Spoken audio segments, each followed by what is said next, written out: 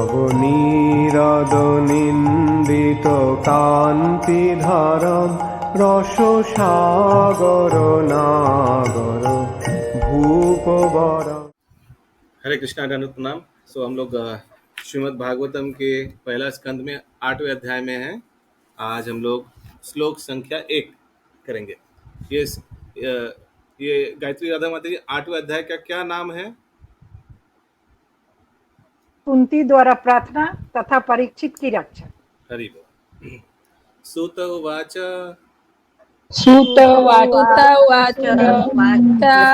अथा ते संपरेतानम्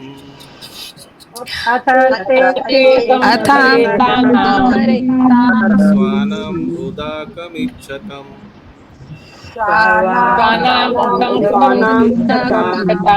दातुं सकृष्ण गंगायम्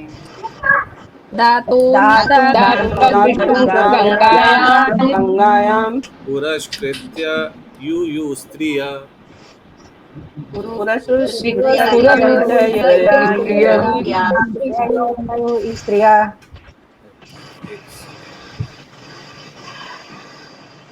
हरे कृष्ण प्रभु, मैं पढ़ूं? यस माता जी, नेटवर्क अच्छा है। ये पूनम माता जी म्यूट। यस पढ़िए इंद्रावती माता। हरे कृष्ण। श्रीला गोस्वामी आवाज आ रहा है, सूत एक सेकंड। पूनम गोस्वामी, माता जी म्यूट। आवाज आ रहा प्रभु? नहीं आपसे एक सेकंड। हाँ म्यूट, ओके फाइन। प्रभु जी मैं पढ़ूं? यस इंद्रावती माता जी पढ़ रही है। यस। श्रीला सूत गोस्वामी ने कहा, तत्पश्चात पांडवगण अपने मित्र परिजनों की इच्छानुसार उन्हें जलदान देने हेतु द्रौपदी सहित गंगा के तट पर आए। कहाँ से आवाज आ रहा इसलिए है? आगे एक सेकंड, कहाँ से हाँ आवाज आ प्रभु, रहा है? आवाज आ रहा प्रभु? एक सेकंड देखता हूँ। स्त्रियां आगे आगे चल रही थी। हाँ फिर से पढ़िए, सॉरी फिर से पढ़िए माता जी। श्रीला सूत गोस्वामी ने कहा, तत्पश्चात पांडवगण अपने मित्र परिजनों की इच्छानुसार उन्हें जलदान देने हेतु द्रौपदी सहित गंगा के तट पर आए। स्त्रियां आगे आगे चल रही थी। तात्पर्य प्रभु जी यहाँ पर आज तक यस मुकुंद आज प्रभु। तक हरे कृष्ण। हाँ बोलिए प्रभु। अपने मित्र परिजनों की इच्छा अनुसार उन्हें इच्छा अनुसार, इसका माने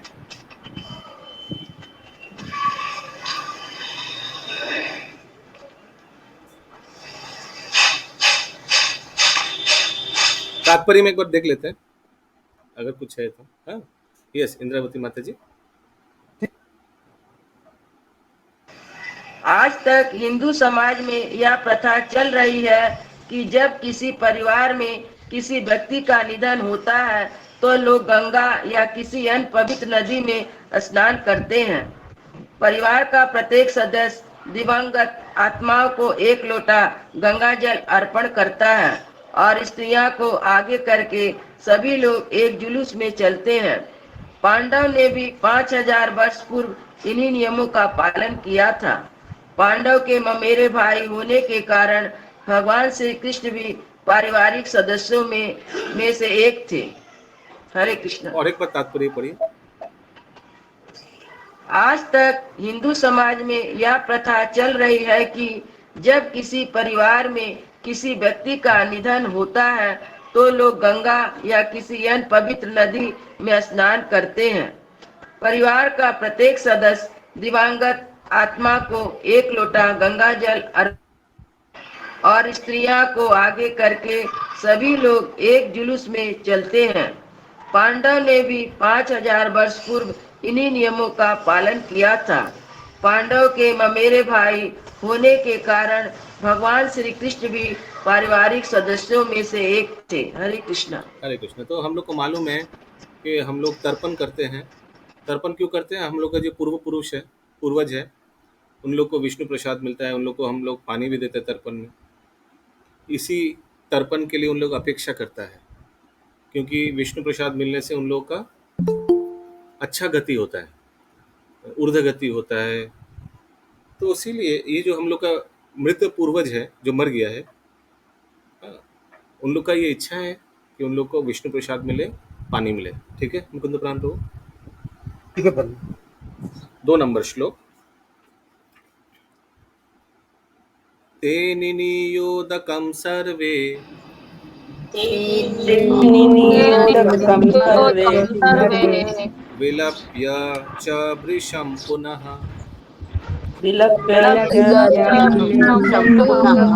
अप्लुता हरिपादब्ज राजापूता शर्जिज्जले। रजपुत्र सरिजले।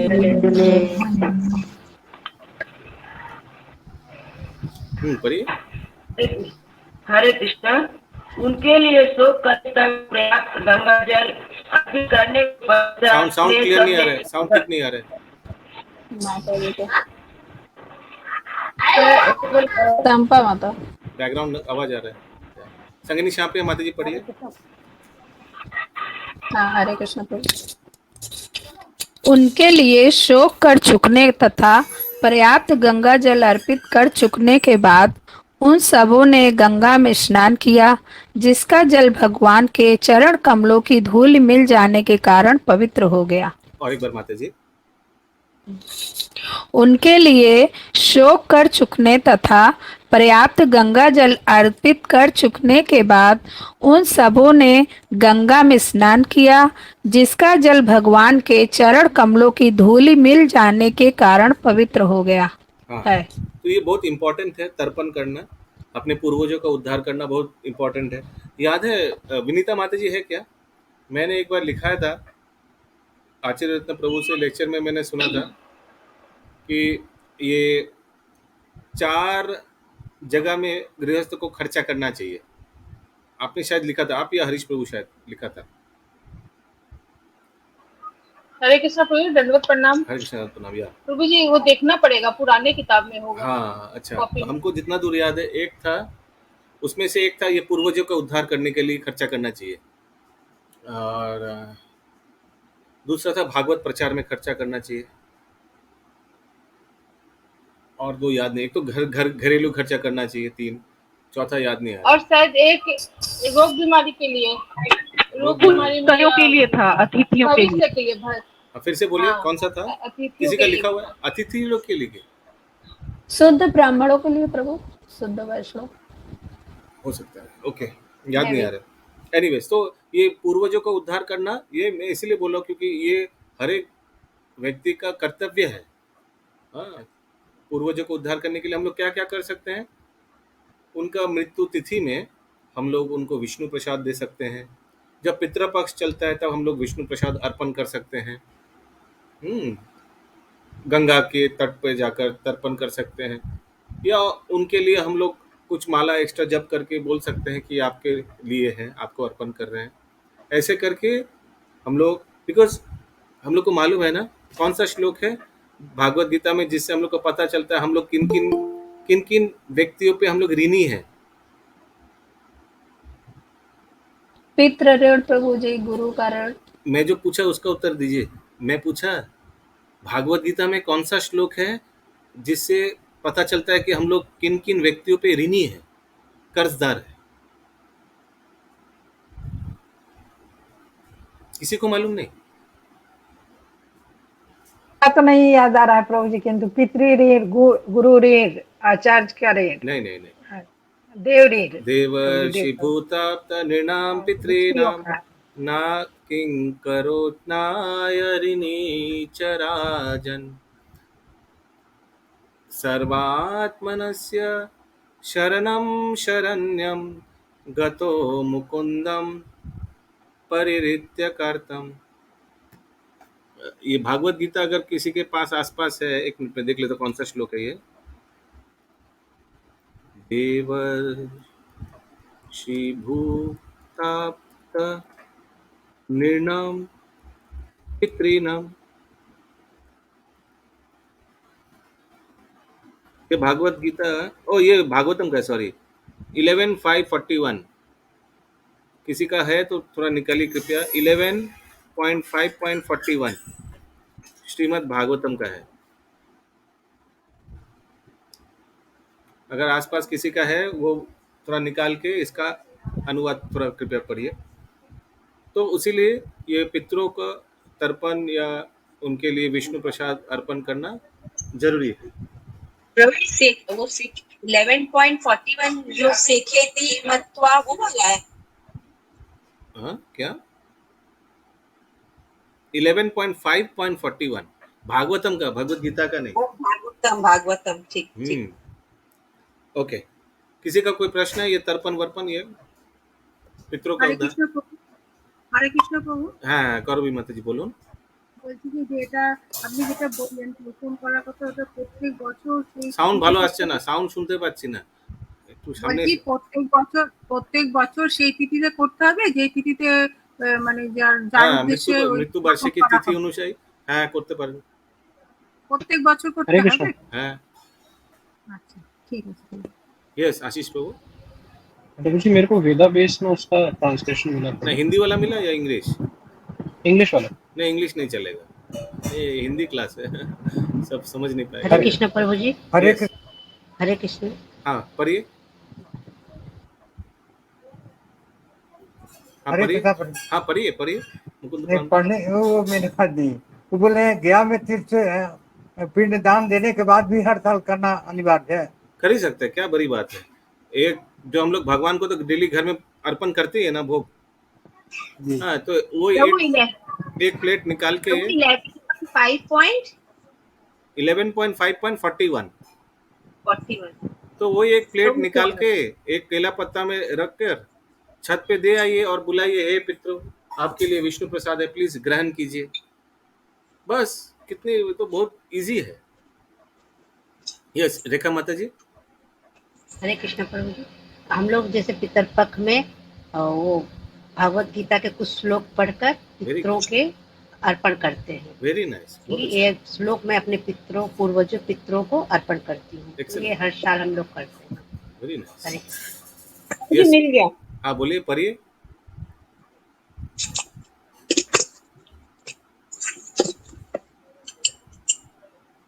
हे राजन, जिस व्यक्ति ने सारे भौतिक कार्यों को त्याग कर उन मुकुंद के चरण कमलों में पूरी तरह शरण ले रखी है, जो सभी को आश्रय देते हैं, ऐसे व्यक्ति देवताओं, ऋषियों, सामान्य जीवों, संबंधियों, मित्रों, मनुष्यों या दिवंगत हो चुके पितरों का ऋणी नहीं रहता।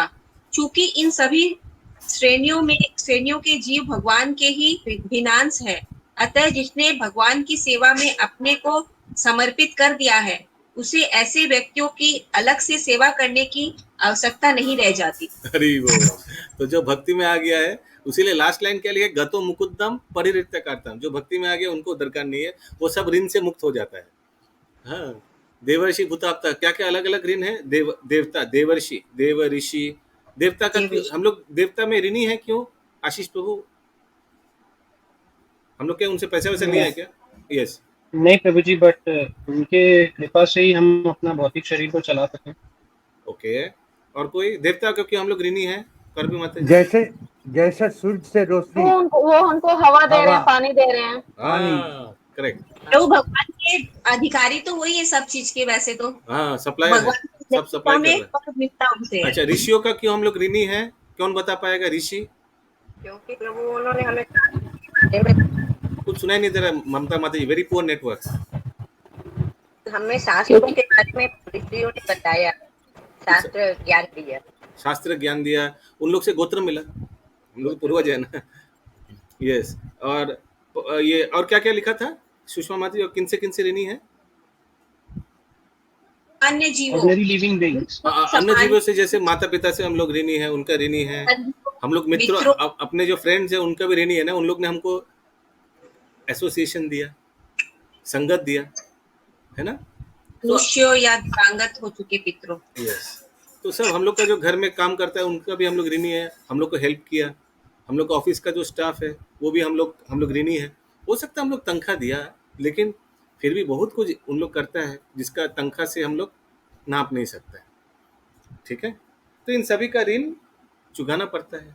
लेकिन अगर हम लोग भक्ति में आ गया तो सब ऋण भगवान चुका देता है। भगवान बोलता है ठीक है, हम आई विल टेक केयर, हम उनको पेमेंट कर दे रहे, आप डोंट वरी। ओके। किसी का कोई प्रश्न है इस प्रसंग में?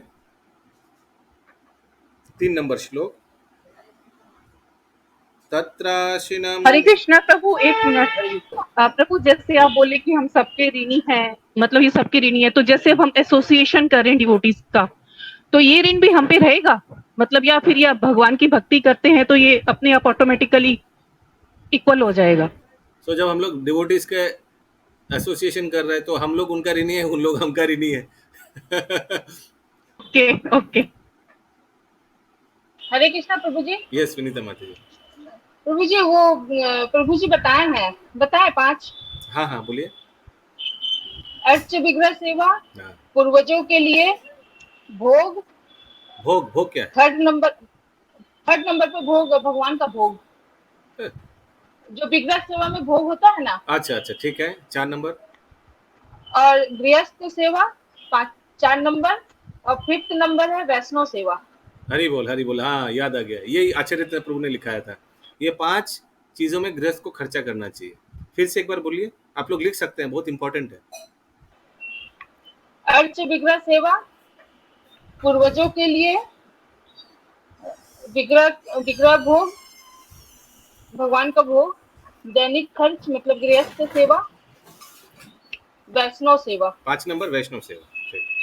हाँ ओके। 3 नंबर प्रभु जी, ये यस कविता माता। विग्रह सेवा कैसे करेंगे उनके लिए? घर में नहीं, पूर्वजों के लिए नहीं। ये लिस्ट है अपना धन कैसे संचय करना, कैसे खर्चा करना चाहिए गृहस्थों को, उसका लिस्ट। माता जी एक बार और बोलिए तो विनीता माता जी एक बार।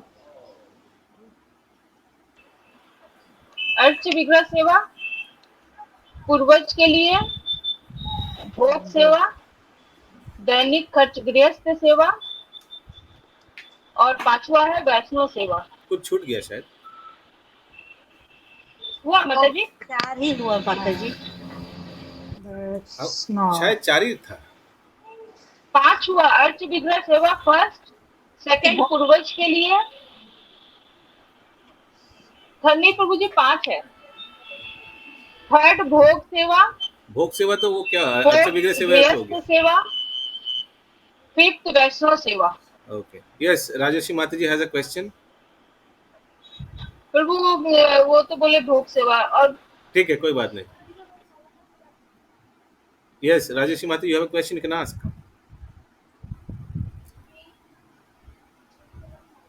हरे कृष्ण। Okay, text number 3।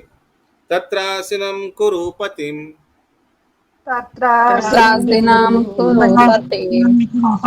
धृतराष्ट्रं सहानुजम्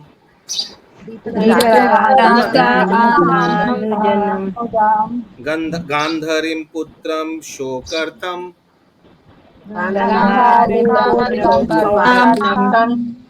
प्रीतं कृष्णं च माधवः।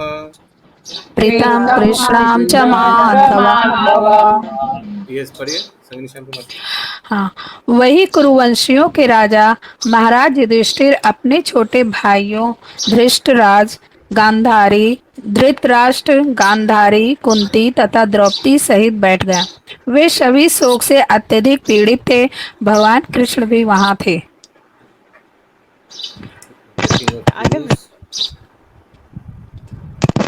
अच्छा, ये शायद वो 5 पांडव पुत्र का उसी के अंत्येष्टि क्रिया में सब गया था ना,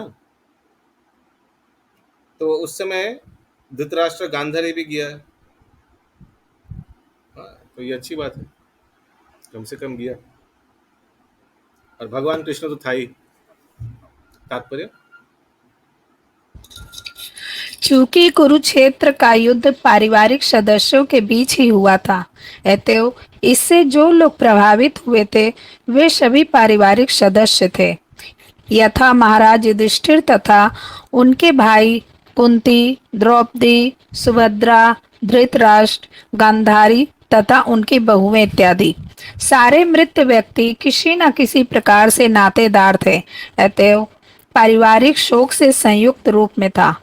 भगवान कृष्ण भी पांडव के ममेरे भाई थे और कुंती के भांजे तथा सुभद्रा के भाई थे। अतएव भगवान की उन सबों के प्रति समान सहानुभूति थी, इसीलिए वे समयानुकूल उन सबों को सांत्वना देने लगे। हरि कृष्ण। क्लियर है? 4 नंबर श्लोक। अच्छा, ये माता जी ने प्रश्न किया, राजर्षि माता जी, चैट बॉक्स में, if I am getting something from somebody I need to pay gratitude. अगर हम कोई व्यक्ति से कुछ ले रहे हैं, सोचिए आप कोई दुकान में गए, आप साबुन खरीद रहे, आपने पैसा दिया, उन्होंने साबुन दिया, बात खत्म हो गई, आपको लग रहा है कोई ऋणी विनी नहीं है, फिनिश। तो do I need to pay gratitude? You want to clarify, Rajesh Mata, the question? You can give an example. I think her network is थोड़ा लो है, नेटवर्क उनका। तो एनीवेज, तो बहुत कुछ yes Mata ji. Hare Krishna, actually sound का प्रॉब्लम हो रहा था, मैं बाहर आई, I mean office. The thing is, my question is, if I am getting something, for example I am getting Hindi class, Hindi ना तो बांग्ला। ओ अच्छा, हिंदी নালে বাংলাও বলতে পারো। আচ্ছা, এখন সব বাংলা বুঝে গেছে, 14 জনের আমি ক্লাস। अच्छा, अगर मुझे कुछ हेल्प मिल रहा है, जैसे कि अभी मुझे थोड़ा बहुत ज्ञान मिल रहा है, आप हमें सिखा रहे हैं तो मिल रहा है, तो मेरे अंदर तो आपके प्रति, ईश्वर के प्रति तो है ही, आपके प्रति भी तो ग्रेटिट्यूड रहना चाहिए। लेकिन अगर मैं सोचने लगी कि ईश्वर ग्रेटिट्यूड दे देगा, मुझे प्रभु जी को देना नहीं चाहिए, तो मैंने is that okay? I don't think it is okay. तो मैंने सबके लिए तो ग्रेटिट्यूड होना चाहिए ना, जिससे जो भी मिल रहा है। Yes yes, good question. Yes, so gratitude तो होना ही चाहिए, और सबके लिए ग्रेटिट्यूड होना चाहिए।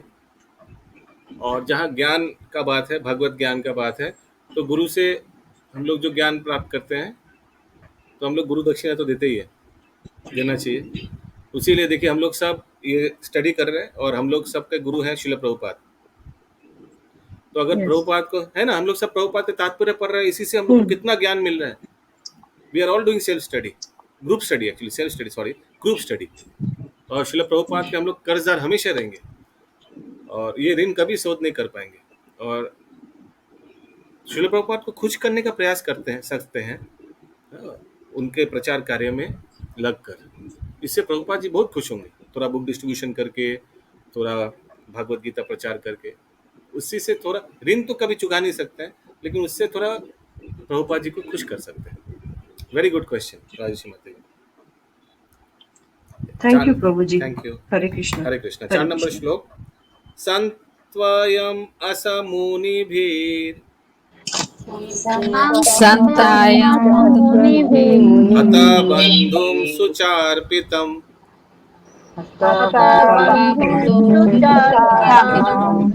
भूतेषु कलस्य गतिम् दर्शयन्ना प्रतिक्रियाम्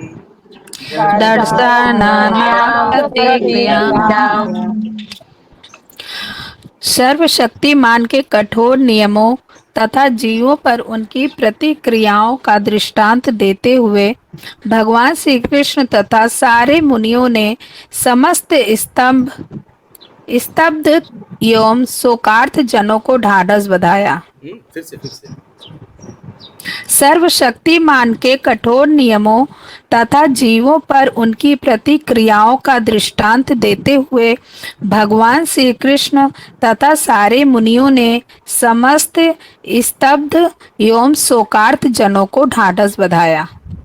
थोड़ा सहानुभूति दिखाया। देखो, ये मृत्यु तो होगा ही, ये भगवान का कठोर नियम है, इससे कोई बच नहीं सकता है। ऐसे करके थोड़ा सांत्वना दिया भगवान कृष्ण और बाकी सब मुनियों ने। तात्पर्य, परमेश्वर के आदेशों के अधीन प्रकृति के कठोर नियम किसी जीव के द्वारा बदले नहीं जा सकते। सारे जीव निरंतर सर्वशक्तिमान भगवान के अधीन रहते हैं। भगवान ही अधीन अधीन भगवान ही सारे नियम तथा आदेश बनाते हैं, जिन्हें सामान्य रूप से धर्म कहते हैं।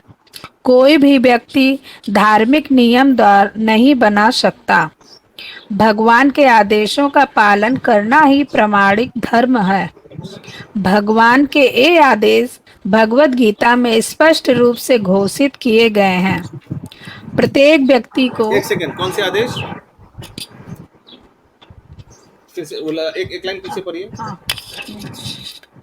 भगवान ही सारे नियम तथा आदेश बनाते हैं जिन्हें सामान्य रूप से धर्म कहते हैं। कोई भी व्यक्ति धार्मिक नियम नहीं बना सकता। भगवान के आदेशों का पालन करना ही प्रामाणिक धर्म है। धर्मात् साक्षात भगवत प्रणीतम। भगवान के ये आदेश भगवत गीता में स्पष्ट रूप से घोषित किए गए हैं। कौन सा श्लोक? कौन सा श्लोक? भगवान का आदेश भगवत गीता में स्पष्ट बोला है, मन मना भव मद्भक्तो मद्याजी माम नमस्कुरु मामेवैस्य सत्यम ते प्रतिजन प्रियोसी में। आगे, प्रत्येक व्यक्ति को चाहिए कि वह केवल उनका या उनके नियमों का अनुसरण करे। इससे वह भौतिक तथा आध्यात्मिक दोनों प्रकार से सुखी हो सकेगा। जब तक हम इस भौतिक जगत में हैं, हम लोग क्या तब कर तक सकते हमारा हैं? हम लोग या तो भगवान का आदेशों का पालन कर सकते हैं या भगवान को अनुकरण या अनुसरण कर सकते हैं। अनुसरण। तो भगवान को अनुसरण करना कैसे? माने इसका क्या मतलब हुआ प्रभु जी? इसका यही मतलब है कि भगवान जब अवतरण हुए हैं, भगवान जो जो कार्य करते थे हम लोग उसको जो जो उनको फॉलो कर सकते हैं। जैसे भगवान, हम लोग को मालूम है ना, हम लोग पढ़ रहे थे कृष्णा बुक में, भगवान सुबह उठ जाते थे, स्नान करके भगवान तपस्या करते थे, जप करते थे। याद है हम लोग पढ़ा था। तो वो सब हम लोग कर सकते। भगवान कैसे गाय का सेवा करते थे, ब्राह्मणों का सेवा करते थे, वो भी हम लोग उनसे सीख सकते हैं, उनके जीवनी से। भगवान महाप्रभु रूप में कैसे हरिनाम का प्रचार किया, तो उनके आचरण से हम लोग ये सब सीख सकते हैं। तो ये एक दो चीज़ हम लोग कर सकते हैं, भगवान का जीवनी से, भगवान का अवतारों के लीलाएं से हम लोग उनका अनुसरण कर सकते हैं, और दूसरी उनका जो उपदेश है उसको हम लोग पालन कर सकते हैं। आगे, तब तक हमारा यह कर्तव्य है कि हम भगवान के आदेशों का पालन करें, और यदि भगवत कृपा से हम इस भौतिक संसार के बंधन से छूट जाएं, तो भी अपनी मुक्त अवस्था में हम भगवान की प्रेमामय दिव्य सेवा कर सकते हैं। अपनी भौतिक अवस्था में आध्यात्मिक दृष्टि के अभाव में हम ना तो अपने आप को देख पाते हैं, ना ही भगवान को। लेकिन जब हम भौतिक आसक्ति से मुक्त होकर अपने मूल आध्यात्मिक स्वरूप को प्राप्त करते हैं, तो हम अपने आप को तथा भगवान को साक्षात दे सकते हैं। अतएव मुक्ति का अर्थ है जीवन की भौतिक अवधारणा को त्याग कर मूल आध्यात्मिक स्थिति को पुनः धारण करना। इस तरह यह मनुष्य जीवन विशेष रूप से अपने आप को इसी आध्यात्मिक स्वतंत्रता के योग्य बनाने के निमित्त है। दुर्भाग्यवश हम भ्रामक भौतिक शक्ति के वश में होकर कुछ वर्षों के इस क्षणिक जीवन को ही स्थायी मान बैठते हैं, और इस तरह से माया द्वारा उत्पन्न छंद स्वरूप वाले तथा कथित देश, घर, भूमि, संतान, पत्नी, समुदाय, संपत्ति आदि के स्वामित्व से भ्रमित हो जाते हैं। इस तरह हम माया के इशारे पर इस छंद स्वामित्व की रक्षा के लिए एक दूसरे से लड़ते हैं। आध्यात्मिक ज्ञान के अनुशीलन द्वारा हम यह अनुभव कर सकते हैं कि हमें इस भौतिक साज सामान से कुछ भी लेना देना नहीं है। ऐसा होने पर हम तुरंत भौतिक आसक्ति से मुक्त हो जाते हैं। इस संसार की भ्रांतियों का ऐसा स्पष्टीकरण भगवत भक्तों की संगति से तुरंत ही होता है, क्योंकि वे मोहग्रस्त हृदय के भीतर दिव्य ध्वनि को प्रविष्ट कराने में सक्षम है, और इस तरह से मनुष्य को समस्त शोक तथा मोह से मुक्त कराने वाले हैं। संक्षेप में यह उन लोगों के लिए सांत्वना है जो जन्म, मृत्यु, जरा तथा व्याधि आदि के रूप में प्रकट होने वाले कठोर भौतिक नियमों के फलों से प्रभावित होते हैं। युद्ध से पीड़ित कुरु वंश के सदस्य मृत्यु की समस्या से शोकातुर थे, और भगवान ने उनको ज्ञान के आधार पर ढाढ़स बताया। 5वां श्लोक। सधाई त्वजतश्रो शत्रो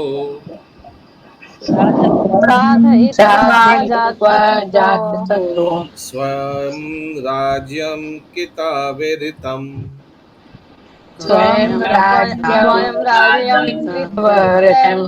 गता हि वसतो राजना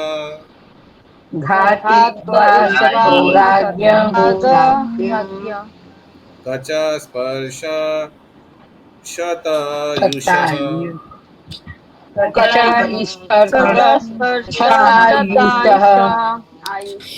धूर्त दुर्योधन तथा उसके दल ने छल देखिए, करके actually माता जी जो पढ़ रही है ना, एक एक वर्ड सुन सकते हैं अच्छा से, उनका वॉइस भी क्लियर है, उनका नेटवर्क भी अच्छा है।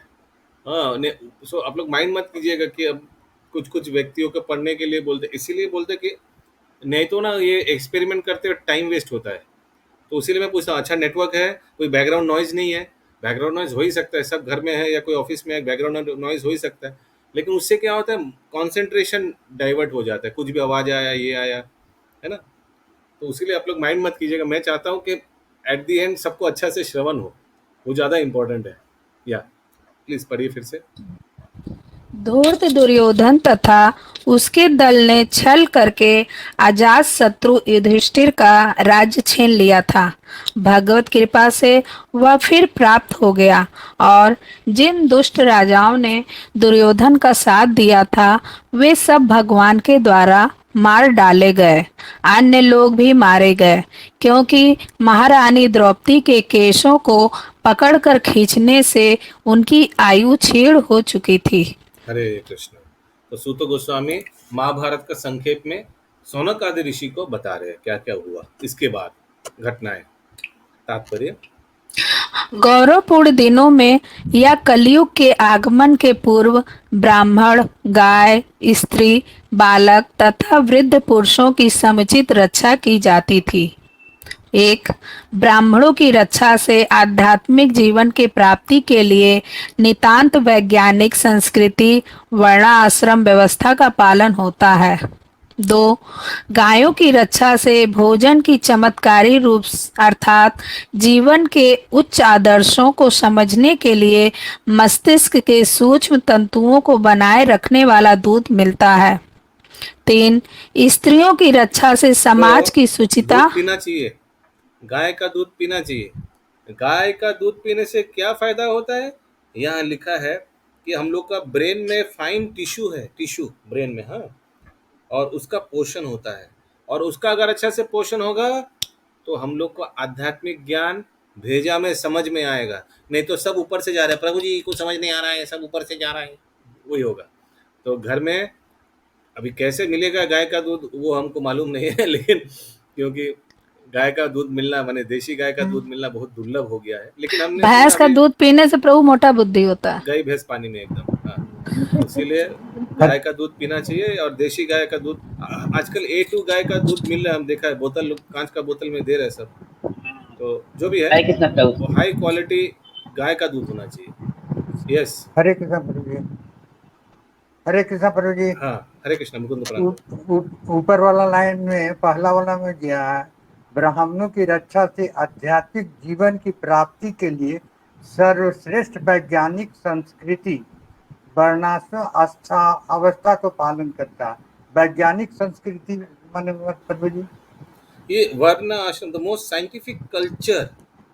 वैज्ञानिक माने ये जो वर्ण चार आश्रम जो है ये लॉजिकल कल्चर है। इससे कैसे समाज को पालन होता है।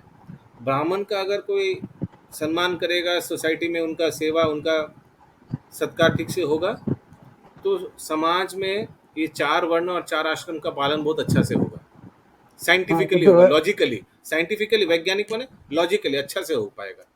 अच्छा, वैज्ञानिक संस्कृति माने लॉजिकली, यस, एज पर, यस, माने एकदम अच्छा से मेंटेन हो पाएगा। ठीक। या 3 नंबर। कृष्णा प्रभु, 1 मिनट। यस प्रभु, मैं मंदिर का दर्शन कराना चाहती हूँ। एक्चुअल में मैं मंदिर में इधर से फिर हम लोग राजारहाट जाएंगे। तो हरि मैं बोल, दर्शन हरि कराना बोल। चाह रही थी मंदिर का। यस, राधा गोविंद जी का दर्शन कराइए।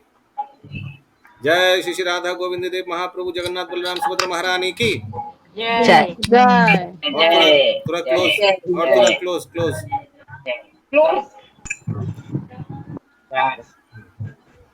हाँ, बहुत अच्छा हरि दर्शन, यस। बोल। और आगे मत जाइए, अल्टर में घुस जाएंगे फिर। ठीक है, हरे कृष्णा, चंदन स्क्रीन ऑफ चंदन करती हूँ मैं। चंदन लगा हुआ है भगवान के फेस में, जगन्नाथ जी के कपाल में, देख पा रहे हैं? राधा गोविंद जी का फिर से कराइए माता जी। इन सब माता जी लोग राजा तो रट जा मेरा रहे हैं प्रभु मंदिर का से। दर्शन कराएंगे क्या? राजा रट में सेवा है, बहुत लोग। ये देखिए, पंकज नेत्र ब्रजेश प्रभु की जय। मेरे प्रभु को भी दिखाई दीजिए। कहाँ है श्याम सुंदर प्रभु?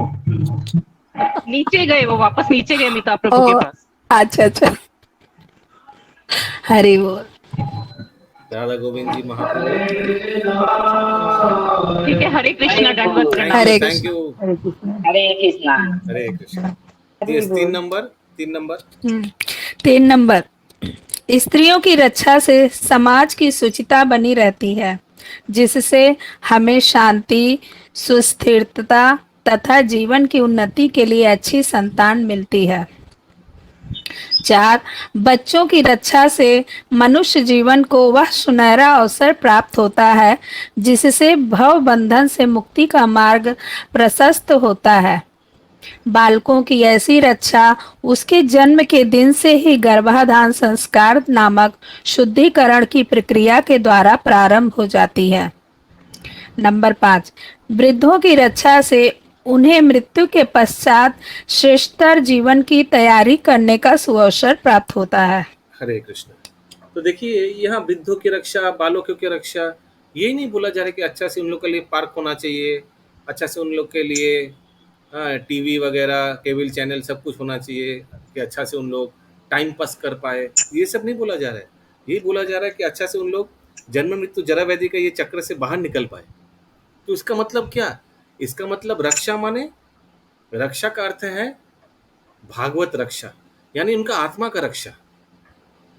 शरीर का रक्षा के बारे में यहाँ कुछ उतना ज्यादा बोला नहीं गया है। हाँ, आगे। तो ये 5 का नियम का पालन हो तो समाज में कोई कुरीति भी ना रहे, बहुत अच्छा कोई समाज भी हो जाएगा। कुरीति। यस। यह पूरा दृष्टिकोण ऐसे कारकों पर आधारित है जिनसे सफल मनुष्यता प्राप्त होती है। इसके विपरीत सजावटी कुत्तों तथा बिल्लियों की सभ्यता है। उपयुक्त निर्दोष प्राणियों का वध सर्वथा वर्जित है, क्योंकि यदि उनका अपमान भी किया जाए तो आयु क्षीण होती है। कलयुग में इस जीवों की समुचित सुरक्षा नहीं हो पाती। अतएव वर्तमान पीढ़ी की आयु काफी घट गई है। भगवत गीता में कहा गया है कि जब समुचित सुरक्षा के अभाव में स्त्रियां कुल्टा हो जाती हैं, तब उनसे अवांछित संतान उत्पन्न होती है, जिसे वर्ण संकर कहते हैं। सती स्त्री का अपमान करने का अर्थ है अपनी आयु को खतरे में डालना। दुर्योधन के भाई दुशासन ने आदर्श सती नारी द्रौपदी का अपमान किया था, अतएव उन दुष्टों को असमय मारना पड़ा। ये है भगवान के कुछ कठोर नियम जिनका ऊपर वर्णन हुआ है। हरे कृष्ण। किसी का कोई प्रश्न है? 6 नंबर श्लोक। हरे कृष्ण जी। यस, कविता माता जी। कलयुग में इन जीवों की समुचित सुरक्षा नहीं हो पाती, अतः वर्तमान पीढ़ी की आयु काफी घट जाती है। और यू एग्जैक्टली सो अनुवाद में भी बताया गया है कि द्रौपदी का केश भरी सभा में खींचने के लिए इन लोगों का आयु घट गया है। कौरव का पक्ष में जो जो लड़ा, इन लोगों का आयु घट गया है। अभी केश तो सिर्फ दुशासन ने खींचा था, लेकिन उनके पक्ष में जो जो लड़ा सबका आयु घट गया। नो बट प्रभु जी, यहाँ पे जीवों की अच्छा, ह्यूमन, इंसानों के बारे में बोल रहे हैं। हाँ, जीव यानी इंसानों के बारे में बोल रहा है। क्योंकि इसके ऊपर कुछ कुत्ते बिल्ली का भी कुछ आया था। नहीं, कुत्ते बिल्ली का क्या बोला गया है? ये वो भी इंसान के बारे में ही बोला गया है, कुत्ते बिल्ली के बारे में नहीं। वो लाइन पढ़िए एक बार फिर से संगिनी श्याम के माता जी। हाँ प्रभु। क्योंकि यदि उनका अपमान किया जाए तो आयु क्षीण होती है। नहीं नहीं, अच्छा, ये कुत्ता बिल्ली से प्रभु। वो वाला सेंटेंस पढ़िए जिसमें हाँ, कुत्ता बिल्ली के बारे में। इसके विपरीत सजावटी कुत्तों तथा बिल्लियों की सभ्यता है। उपयुक्त निर्दोष प्राणियों का वध सर्वथा वर्जित है। क्यों? पहला वाला सेंटेंस ही पढ़िए ना फिर से। अच्छा, यह पूरा दृष्टिकोण ऐसे कारकों पर आधारित है जिनसे सफल मनुष्यता प्राप्त होती है। इसके विपरीत सजावटी कुत्तों तथा बिल्लियों की सभ्यता है। उपयुक्त निर्दोष प्राणियों का वध। बस वो तो अगला सेंटेंस है। सो देखिए, अगर ये पांचों चीज कविता माता जी फॉलो होगा तो सक्सेसफुल एक सोसाइटी होगा। लेकिन अगर ये नहीं फॉलो होगा तो क्या होगा? पॉलिश्ड कुत्ता बिल्ली लगेगा, यानी मनुष्य को भी लगेगा पशु जैसा है लेकिन थोड़ा पॉलिश, टाई कोट पहन के बैठा हुआ है, लेकिन समाज और ऐसा अच्छा समाज नहीं रहेगा। बाहर दिखावटी बहुत अच्छा होगा लेकिन अंदर पूरा खोखला। उसीलिए कुत्ता बिल्ली का बोला गया है। ठीक है, हरे कृष्ण प्रभु जी। हाँ, एक सेकंड, थोड़ा गेट खोलना पड़ेगा, एक सेकंड।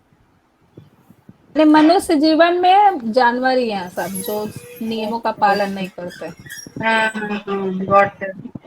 कृष्ण संगीता माता जी, एक वो जो लाइन आई थी ना, कठोर नियमों का पालन किया जाता है, वो क्या कठोर नियम थे? मतलब उसी पैराग्राफ में गए थे, कठोर नियमों का पालन किया जाता है। 5 नियम जो बतलाया गया उसी का वही कठोर नियम क्या? हाँ, वही है कठोर। हरे कृष्ण। यस, कौन सा श्लोक? 6 नंबर श्लोक। हरे कृष्ण प्रभु जी। हरे कृष्ण प्रभु जी, द्रौपदी को जो ये किया गया था तो केवल दुशासन को हुआ और महाराज धृतराष्ट्र को क्यों नहीं आयु कम हुआ? समझ नहीं आया प्रश्न, समझ नहीं आया अच्छा से। जब द्रौपदी को जब अपमान किया गया था हाँ? तो केवल दुशासन का आयु कम हुआ, सबका, लेकिन धृतराष्ट्र को क्यों नहीं कम हुआ? कम होगा तो हुआ क्यों? वो तो उनके सब पुत्र मारे गए। आयु कम हुआ, आपको कैसे मालूम? शायद उससे ज्यादा वो जीता। तो ये हो सकता। हाँ, ये हो सकता। इनका हम सोचे बच्चे लोग सब चले गए। वो तो और एक बात है, मोहन गोविंद प्रभु उस दिन बता रहे थे, बहुत सुंदर बताया प्रभु ने, बता रहे थे कि आयु जो होता है, आयु भक्ति के लिए जो समय दिया जाता है उसको आयु बोलता है। सोचिए, एक व्यक्ति 100 साल या 50 साल जिया, लेकिन आयु उसका घट गया, माने सोचिए सिर्फ 5 साल ही भक्ति किया, वो घट जाएगा। तो आयु शरीर के लिए नहीं, आयु आत्मा के लिए बोला जाता है। बहुत सुंदर प्रभु ने समझाया था। आप लोग समझ पा रहे हैं मैं क्या बोल रहा हूँ? तो ऐसा कार्य, घृण्य कार्य करने से आयु घट जाता है, यानी भक्ति का आयु घट जाता है। 6 नंबर। हरे कृष्णा नीलम माता जी। हरे कृष्णा। हाँ, बोल रहे हैं ना, यहाँ पे लिखा है ना कि दुष्टों को असमय मरना पड़ा। ये है भगवान के कुछ कठोर नियम। ओके, ठीक है, थैंक यू, थैंक यू।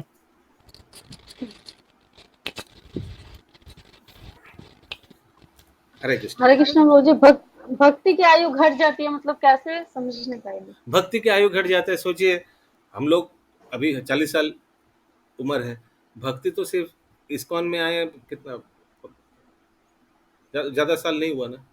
तो अगर ऐसे खराब कार्य करेंगे तो वो आयु घट जाएगा, ज्यादा भक्ति का लिए उम्र नहीं रहेगा। भौतिकता के लिए उम्र रह सकता है, लेकिन भक्ति करने के लिए जो आयु वो कम हो जाएगा। समझ में आ गया प्रभु। या हाँ जी। 6 नंबर श्लोक। यजायित्वा स्वमेधस्तम। প্রভু হ্যাঁ বলুন করবি মাতাজি। বলছি আরেকবার বলুন, আমি বুঝতে পারলাম না ঠিক। এখানে বলা হচ্ছে না আয়ু কমে যাবে, আয়ু কমে গেছে। তো আয়ু মোহন গোবিন্দ বোঝাচ্ছিলেন যে আয়ু মানে এমন না যে আমি 50 বছর বাঁচলাম তো 50 বছর আয়ুটা কমে যাবে, মানে তাড়াতাড়ি মরে যাব না। তাড়াতাড়ি মরে গেলে তো ভক্তিটাও তো কম করতে পারবো না, তো ভক্তিরও তো আয়ুটা কমে যাবে না। তো আয়ু বলতে কত ভক্তি করতে পারি সেটাই, সেই টাইম ডিউরেশনটাকে বলা হয়। কতদিন নিঃশ্বাস নিতে পারবো সেই টাইম ডিউরেশনটাকে বলা হয় না। আচ্ছা, ওটাই বলতে চাইছে মোহন গোবিন্দ খুব সুন্দর বোঝাচ্ছিল। 6 नंबर श्लोक। यजाय वास वमेधस्त्वं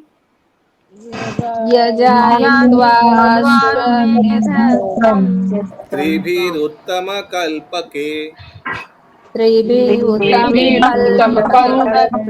तद्यसा पवनं दिक्षु सतामान्योरिवातनोत्।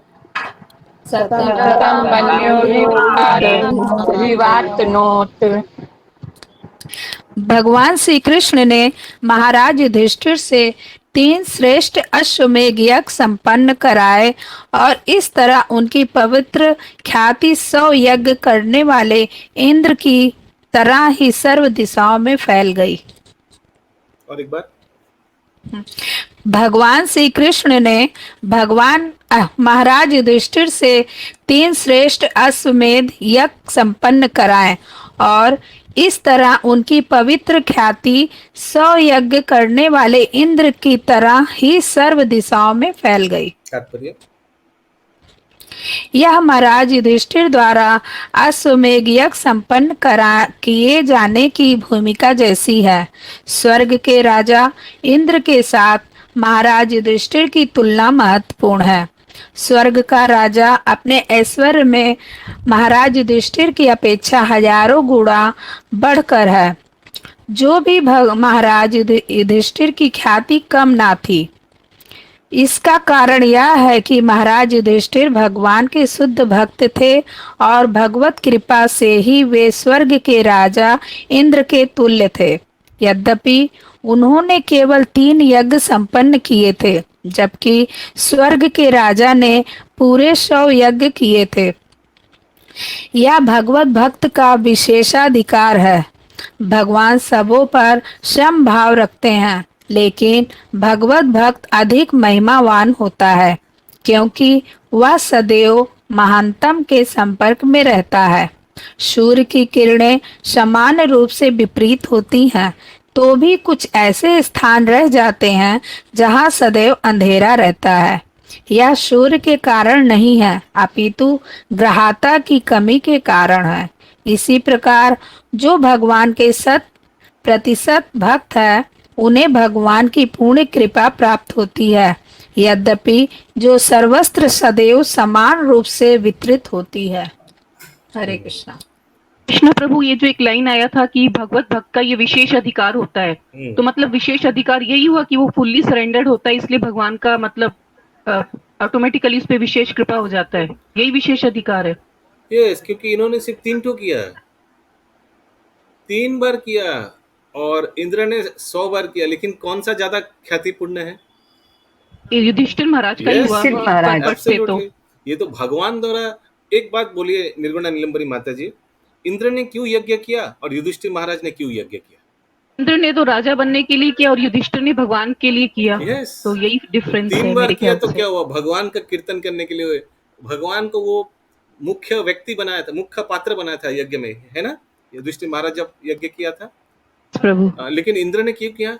ज्यादा अच्छा से और राज्य कर पाएगा और शक्तिशाली बनेगा, अच्छा से भोग कर पाएगा, यही फर्क तब प्राप्त करने के लिए।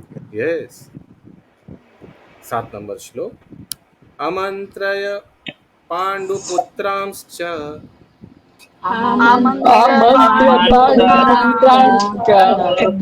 सैन्य योद्धव संयुतः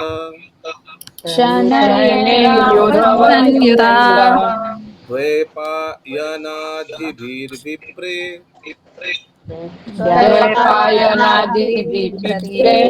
पूजिते प्रतिपूजितः। हरे कृष्णा। हमारे बीच बिंदु मेहता माता जी और निमेश मेहता प्रभु है, जिनका हरिनाम दीक्षा हुआ है। हरि बोल। कुछ दिन आगे हरि बोल, हरि बोल बोलेंगे। हरि बोल, हरि बोल, हरि बोल। यस माता जी और प्रभु जी, आप लोग का क्या दीक्षित नाम हुआ, थोड़ा बताइए।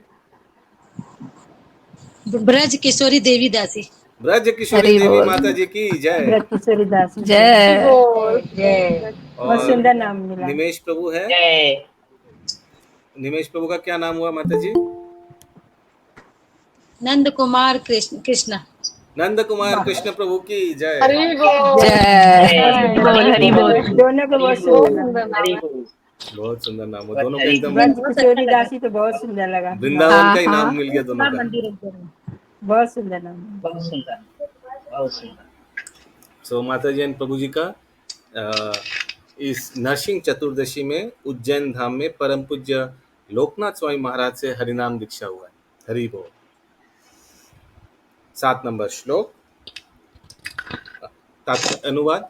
श्लोक का हो गया प्रभु। हाँ, फिर भगवान श्री कृष्ण ने सात्विकी तथा उद्धव के साथ प्रस्थान के लिए तैयारी की। उन्होंने श्रील व्यासदेव आदि ब्राह्मणों से पूजित होने के बाद पांडु पुत्रों को आमंत्रित किया। भगवान ने सभी का समुचित अभिवादन किया। हाँ, तो अभी युद्ध हो गया, महाभारत खत्म।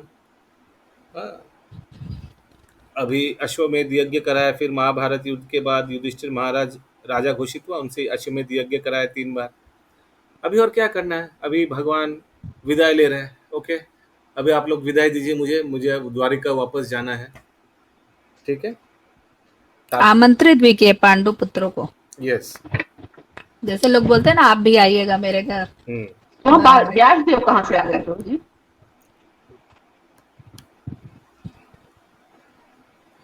He invited the sons of Pandu after having been worshipped by the Brahmanas headed by Shula Vyasdev.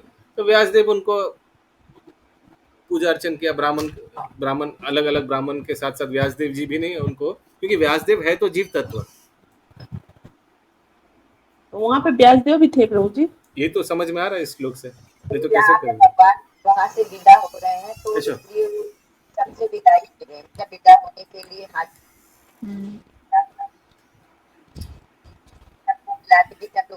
कोई जाता है तो पूरे से विदा। महामंदिर में साउंड एकदम क्लियर नहीं है। साउंड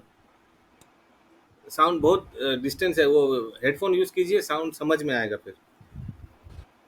यस, थोड़ा क्लोज रखिए। क्या बोल रहे हैं, कुछ समझ नहीं आ रहा। तो जब भगवान जा रहे हैं, विदा हो रहे हैं वहाँ से, तो उस समय का ये सीन है कि वो सबको बुला के, जैसे कोई जाने लगता है तो उसको विदाई करते हैं ना, ये उस समय करते हैं। हाँ, तात्पर्य क्षत्रिय होने के कारण श्री कृष्ण ब्राह्मणों द्वारा पूजनीय नहीं थे, लेकिन वहां पर उपस्थित श्रील व्यासदेव आदि सारे ब्राह्मण उन्हें भगवान के रूप में मानते थे।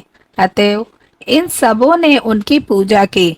भगवान ने इस सामाजिक व्यवस्था के सम्मानार्थ अभिवादन किया कि क्षत्रिय को ब्राह्मणों के आदेशों के प्रति आज्ञाकारी होना चाहिए।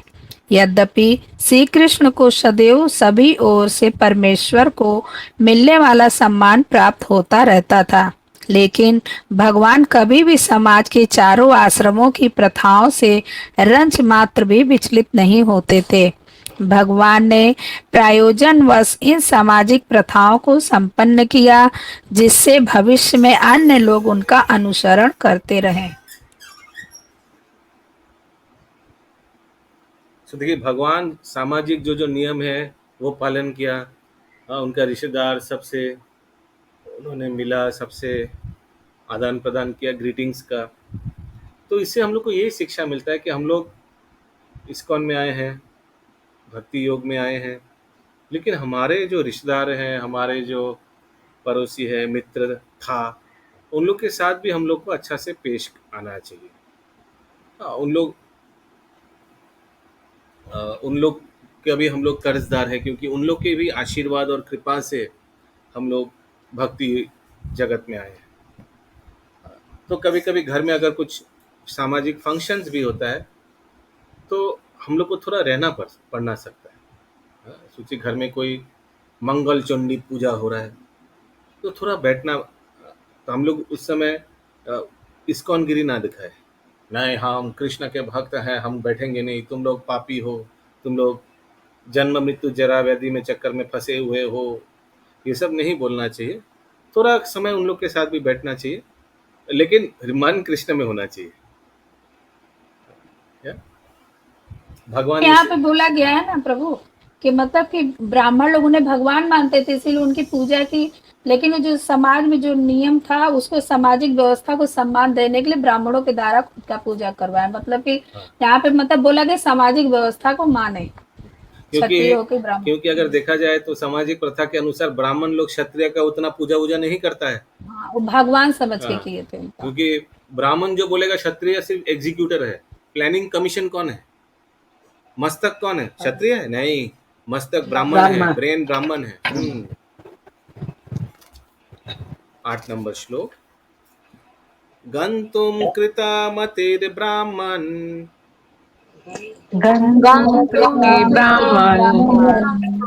द्वारकं रथम आस्थितः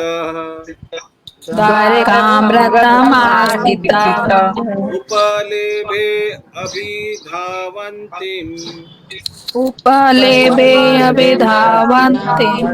उत्तरं भयविह्वलम्।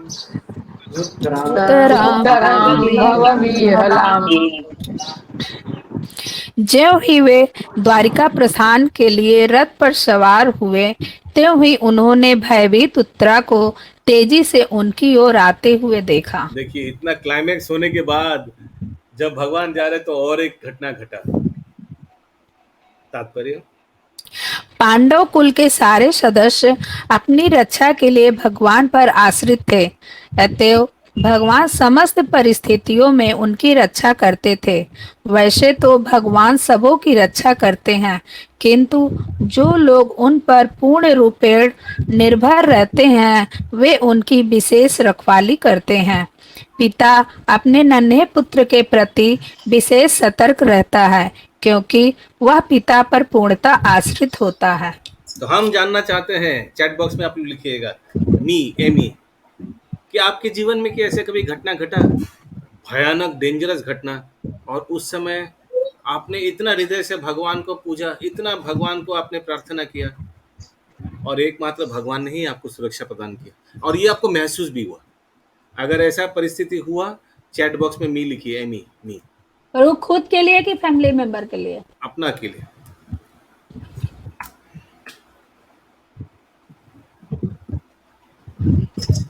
जैसे उत्तरा यहाँ भागे और आ रहा है ना कृष्ण की ओर शरण लेने के लिए, वैसे आपका जीवन में अगर ऐसे कभी घटना घटा जब you are helpless, completely helpless, और एकमात्र आश्रय था भगवान, आप भगवान को बहुत हृदय से प्रार्थना किया, और भगवान की कृपा से उस समस्या से आप बाहर भी निकल आए। हरि बोल। देखिए कितना सुंदर, इतना भक्त लोग साक्षी है। हरि बोल, बहुत अच्छा। यस, तात्पर्य हो गया, श्लोक का होगा। 9 नंबर श्लोक। उत्तरा उवाच पहि पहि मघा योगिन् देव देव जगत्पते नान्यं त्वद् अभयं पाश्ये यत्र मृत्यु परास्परम्।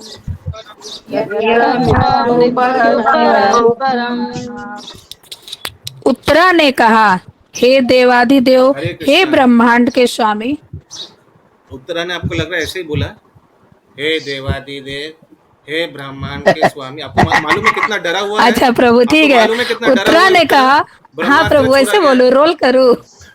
आप तो ड्रामा में एकदम एक्सपर्ट है, आप ड्रामा का स्क्रिप्ट लिखते हैं। ठीक है प्रभु, ठीक है। उत्तरा ने कहा, हे देवाधिदेव, हे ब्राह्मण के स्वामी, आप सबसे महान योगी हैं, कृपया मेरी रक्षा करें, क्योंकि इस दैत्यपूर्ण जगत में मुझे मृत्यु के पास से बचाने वाला आपके अतिरिक्त अन्य कोई नहीं है। एक्सीलेंट, ऐसे बोलने से भगवान जरूर करेंगे रक्षा। तात्पर्य, यह भौतिक जगत दैत्यपूर्ण है, जबकि परम धाम एक रूप है। दैत्यपूर्ण जगत पदार्थ तथा आत्मा से निर्मित है, जबकि परम जगत पूर्ण रूप से आत्मा है, जिसमें भौतिक गुणों का लेस भी नहीं पाया जाता।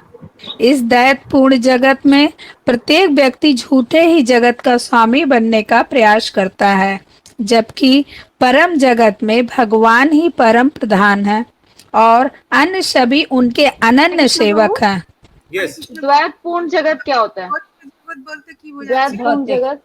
भौतिक। अच्छा, तो इस जड़ जगत में द्वैत है, यानी भौतिक पदार्थ भी है और आत्मा भी है। हम लोग का शरीर का देखिए, हम लोग शरीर भी द्वैत है ना। हम लोग का शरीर जो भौतिक स्थूल शरीर है वो पंचभूत से बनाया गया है, पृथ्वी जल अग्नि वायु आकाश। लेकिन इस शरीर में आत्मा भी है जो चित्त है, चित्त स्पिरिचुअल। तो ऐसे भी कोई भी वस्तु भी लीजिए, ये मोबाइल, इसमें भौतिक भी है और भगवत भी है, यानी चित्त भी है। भौतिक क्या है? मैटर, पंचभूत। लेकिन इस अणु जो है भगवान शक्ति रूप में उधर प्रेजेंट है। तो इसे ये जगत अद्वैत है, दो चीज है, द्वैत है। लेकिन भगवान का जगत अद्वैत है, वहां भौतिक कुछ नहीं है, वह सब आध्यात्मिक है। चंदा माता जी, भगवान के जगत में पृथ्वी जल अग्नि वायु आकाश से कुछ बना हुआ नहीं है उधर। आगे, द्वैतपूर्ण जगत में प्रत्येक व्यक्ति अन्य सबों से ईर्ष्या करता है और पदार्थ तथा आत्मा के दैत्य अस्तित्व के कारण मृत्यु अपरिहार्य है। शरणागत जीव के लिए भगवान ही एकमात्र अभयदाता है। भगवान के चरण कमलों की शरण ग्रहण करे बिना कोई भी इस भौतिक जगत में अपने आप को मृत्यु के क्रूर पंजे से नहीं बचा सकता। अभिद्रवती मामीश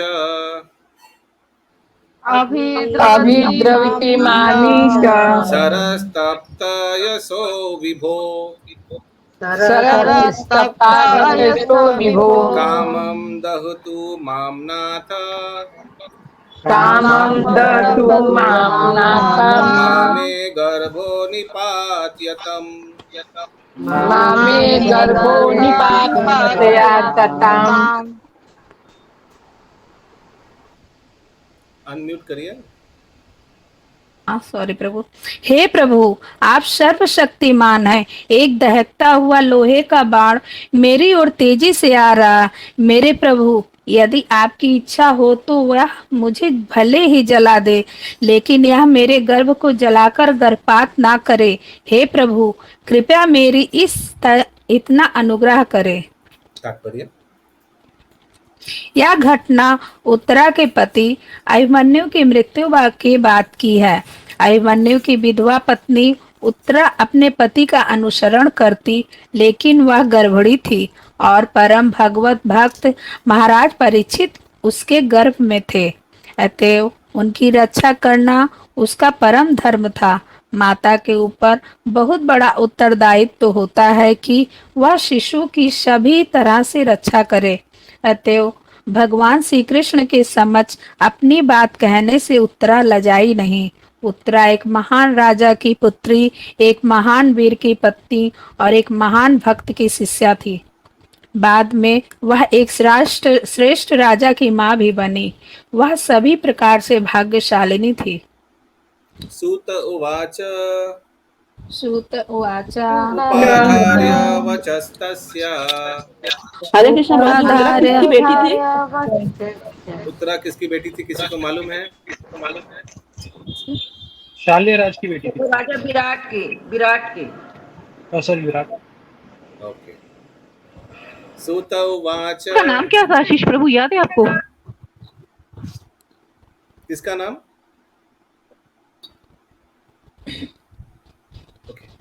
नगर के जो राजा थे उनका क्या नाम था? कृष्ण भगवान। नहीं, शिष्य अर्जुन की थी। अर्जुन उनके गुरु बने थे ना बृहन्नला के रूप में। विराट में तो थे, विराट के राजा के राजा विराट अभिमन्यु के गुरु थे ना? नहीं, डांस सिखाते थे ना। हाँ, अर्जुन से डांस सीखे थे। तो उनसे शादी करने का वो बोले मेरे पुत्र के संग करिए। एक साल अज्ञातवास जो था ना उसी में। ओके। उपाधार्य वचस्तस्य भगवान भक्तवत्सलः अपान्दवम् इदं कर्तुम् द्रोणेरस्त्रम् अबुध्यते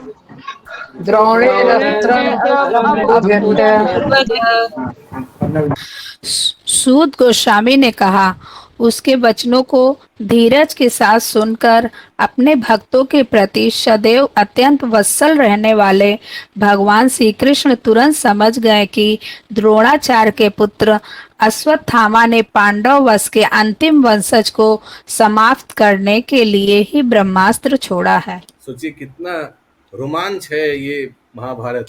हाँ, हिंदी फिल्म से भी कितना ज्यादा रोमांच। जब लग रहा कि सब अभी समाप्त हो गया, तब एक नया प्रॉब्लम। तात्पर्य हरे कृष्ण प्रभु जी, क्या ये मणि और चूल काटने के बाद ये ब्रह्मास्त्र छोड़े फिर? यस। तात्पर्य भगवान सभी तरह से निष्पक्ष हैं, तो भी वे अपने भक्तों का पक्ष लेते हैं, क्योंकि प्रत्येक व्यक्ति कल्याण के लिए इसकी नितांत आवश्यकता है। पांडव कुल भक्त कुल था, अतएव भगवान चाहते थे कि वे विश्व के ऊपर शासन चलाए।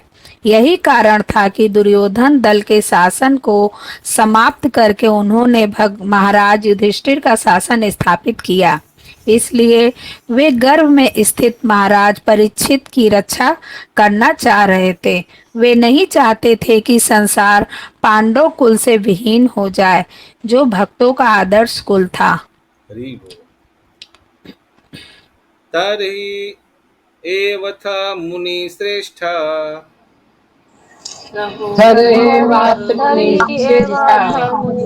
पांडवा पंच सायकान आत्मनो अभिमुखं दीप्तान कालक्षत्राणि उपाददु।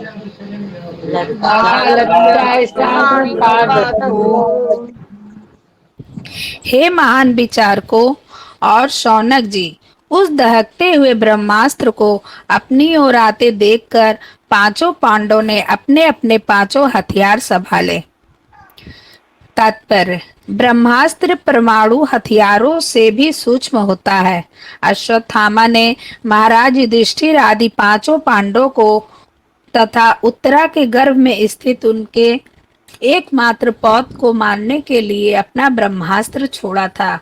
अतएव यह ब्रह्मास्त्र, जो परमाणु हथियार की अपेक्षा अधिक प्रभावशाली तथा सूक्ष्मतर होता है, परमाणु बमों की भांति अंधा नहीं था। जब परमाणु बम छोड़े जाते हैं तो वे लक्ष्य तथा अन्य वस्तुओं में अंतर नहीं कर पाते। ये बम मुख्य रूप से निर्दोषों को हानि पहुंचाते हैं, क्योंकि इन पर कोई नियंत्रण नहीं होता। लेकिन ब्रह्मास्त्र ऐसा नहीं होता है। यह लक्ष्य को पहचानता है और निर्दोष को क्षति पहुंचाए बिना आगे बढ़ता है। हरे कृष्ण।